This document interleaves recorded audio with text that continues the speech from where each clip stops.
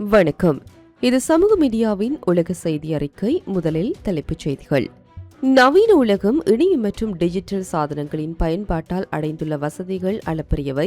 ஆனால் அதே சாதனங்கள் மனிதகுலத்தின் அன்றாட வாழ்வையும் இறையாண்மை கொண்ட நாடுகளின் தேசிய பாதுகாப்பையும் அச்சுறுத்தும் அதிநவீன உளவுக் கருவிகளாக மாறியுள்ளன என்பதுதான் தற்போதைய கசப்பான உண்மையாகும். இஸ்ரேலின் ஆப்பிள் ஆராய்ச்சி மையங்கள் ஐபோன் கேமராக்களின் வடிவமைப்பு, சீனா தயாரிப்பு மெமரி சிப்களுக்கு அமெரிக்கா விதித்துள்ள தடைகள், பிரித்தானிய கடற்படையின் ட்ரோன் கேமராக்களில் வெளிப்பட்ட பாதுகாப்பு ஓட்டுகள், சீன கார்களுக்கு இஸ்ரேல் விதித்த தடைகள், பெகாசஸ் போன்ற ஸ்பைவேர்கள் மற்றும் மத்திய கிழக்கில் அண்மையில் நடந்து அதிநவீன டிஜிட்டல் தாக்குதல்கள் ஆகியவை நாம் பயன்படுத்தும் ஒவ்வொரு டிஜிட்டல் சாதனமும் எம்மை அறியாமலேயே எம்மை உளவு பார்க்கக்கூடும் என்ற அஞ்சத்தக்க யதார்த்தத்தை உலகிற்கு வெளிச்சம் போட்டு காட்டியுள்ளது. இந்த காணொளி தனிநபர் தனியுரிமை, ஹார்ட்வேர் மற்றும் சாப்ட்வேர் உளவு நுட்பங்கள், உலக நாடுகளுக்கு இடையிலான டிஜிட்டல் போர் முறை ஆகியவற்றை விரிவாக ஆராய்கின்றது. உலகின் முன்னணி தொழில்நுட்ப நிறுவனமான ஆப்பிள் தனது ஹார்ட்வேர் கேமரா கட்டமைப்பு மற்றும் ஆப்பிள் சிலிகான் சில்லுகளில் ஆராய்ச்சி மற்றும் மேம்பாட்டு பணிகளை இஸ்ரேலில் அமைந்துள்ள தனது பிரமாண்ட மையங்களில் மேற்கொண்டு வருகின்றது.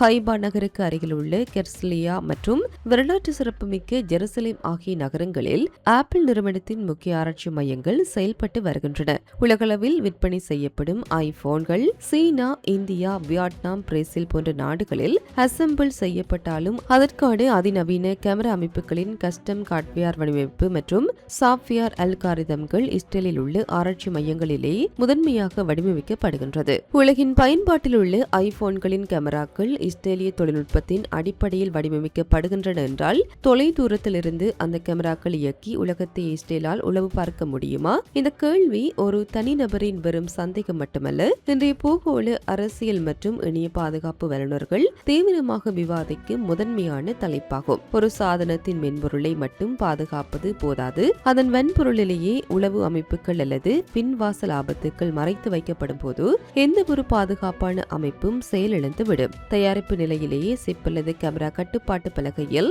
நுண்மையான மாற்றங்களை செய்வதன் மூலம் பயனர் அறியாமல் குறிப்பிட்ட சிக்னல்களை அனுப்ப முடியும். ஸ்மார்ட் போன்களில் உள்ள கேமராக்கள் வெறும் லென்ஸ்கள் மட்டுமல்ல, அவற்றுக்கென தனியான இமேஜ் சிக்னல் ப்ராசஸர்கள் மற்றும் பம்வர்கள் உள்ளன. கேமரா ஆஃப் இயக்கப்படாவிட்டாலும் கூட பின்னணியில் பர்ம்வர் மூலம் கேமராவையோ அல்லது மைக்ரோபோனையோ செயல்பட வைக்கும் தொழில்நுட்ப சாத்தியக்கூறுகள் உள்ளன. சமீபத்திய உலக நிகழ்வுகள் வன்பொருள் பயன்பாட்டில் நாடுகள் காட்டும் தீவிர எச்சரிக்கை உணர்வை வெளிப்படுத்துகின்றன.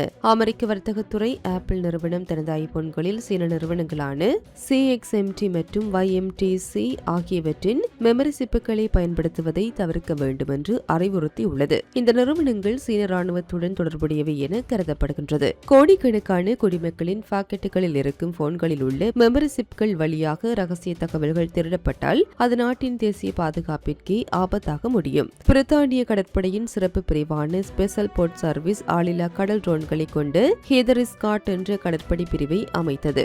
6 மாத கால சேவைகளுக்கு பிறகு ட்ரோன்களின் திறனை ஆய்வு செய்த போது அவற்றில் பொருத்தப்பட்டிருந்த கேமராக்கள் பயனர் அறியாமல் சீன IP முகவரிக்கு தரவுகளை அனுப்பி கொண்டிருந்தது கண்டுபிடிக்கப்பட்டது. இது பிரித்தானிய அரசாங்கத்தை மட்டுமல்ல, நேட்டோ உறுப்பு நாடுகளையும் அதிர்ச்சிக்கு உள்ளாக்கியது. இஸ்ரேலிய பாதுகாப்பு அமைச்சகம் தனது பாதுகாப்பு அதிகாரிகள் சீனாவில் தயாரிக்கப்பட்ட வாகனங்களை பயன்படுத்துவதற்கோ அல்லது அவற்றுடன் ராணுவ தளங்களுக்குள் நுழைவதற்கோ கண்டிப்பான தடை விதித்தது. சீன கார்களில் உள்ள 360 டிகிரி கண்காணிப்பு கேமராக்கள் மற்றும் சக்தி வாய்ந்த மைக்ரோபோன்கள், கார் கேமராக்கள் ராணுவ தளங்களை புகைப்படம் எடுத்து அனுப்பலாம்.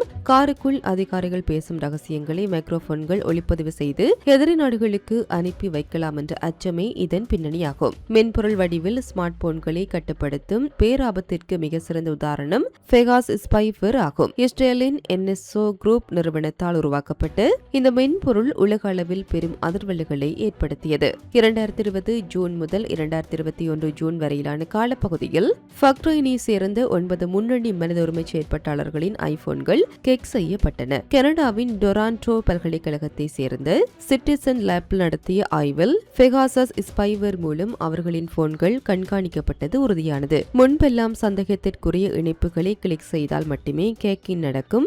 ஆனால் பெகாசஸ் போன்ற நவீன ஸ்பைவேர்கள் பயனர் எந்த பொத்தானையும் அழுத்தாமலேயே போனுக்குள் ஊடுருவி கேமராவை ரகசியமாக இயக்கி படம் பிடிக்கும், மைக்ரோபோன் இயக்கி உரையாடல்களை பதிவு செய்யும், இருப்பிடத்தை உடனுக்குடன் அனுப்பும். தொழில்நுட்பம் எவ்வாறு போர்க்களத்தில் உயிரை பறிக்கும் ஆயுதமாக மாறுகிறது என்பதற்கு மத்திய கிழக்கில் நடந்த சம்பவங்களே சான்றாகும். 2024 பிப்ரவரியில் கிஸ்புல்லா அமைப்பின் அன்றைய தலைவர் கசன் நஸ்ரல்லா தனது உறுப்பினர்களுக்கு கடுமையான கட்டளை ஒன்றை பிறப்பித்தார். உங்கள் கைகளில் இருக்கும் ஸ்மார்ட் போன்கள் உங்களை 24 மணி நேரமும் உளவு பார்க்கும் ஒற்றர்கள். அவற்றை உடனேயே வீசி எறியுங்கள் அல்லது மண்ணில் புதைத்து விடுங்கள். அவர் கூறிய சில மாதங்களிலேயே ஸ்மார்ட் போன்களுக்கு மாற்றாக அவர்கள் பயன்படுத்திய பேச்சர்கள் மற்றும் வாக்கி டாக்கிகள் ஒரே நேரத்தில் வெடித்து சிதறிய திடுக்கிடும் சம்பவம் நிகழ்ந்தது. சாதனங்களின் சப்ளை செயினில் நுழைந்து வெடிப்பொருட்களையும் நுண்சில்களையும் பொருத்தி இந்த தாக்குதல் நடத்தப்பட்டது. ஈரானில் நடைபெற்ற உயர்மட்ட தாக்குதல்களின் போது ஈரானிய தலைநகர் தெஹ்ரானின் வீதிகளில் அமைக்கப்பட்டிருந்த பாதுகாப்பு கேமராக்கள் மற்றும்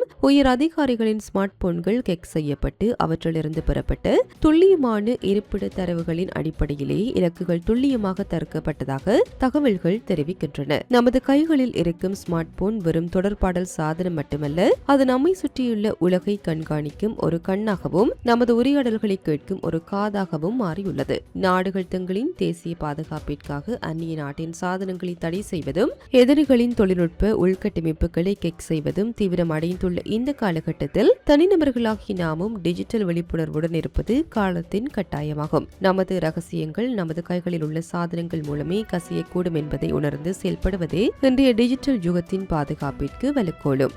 இத்துடன் குறித்த காணொளி நிறைவு பெறுகின்றது. இது தொடர்பிலான உங்களுடைய கருத்துக்களை கமெண்ட் வாயிலாக தெரிவிக்கலாம். இது போன்ற பல செய்திகளை தெரிந்து கொள்ள நம்முடைய சமூக மீடியா யூடியூப் சேனலை சப்ஸ்கிரைப் செய்து அருகிலுள்ள பெல் பட்டனை கிளிக் செய்யுங்கள். மேலும் செய்திகளை உடனுக்குடன் தெரிந்து கொள்ள சமூகமீடியா.com என்ற இணையதளத்தின் வாயிலாக எங்களுடன் இணைந்திருங்கள்.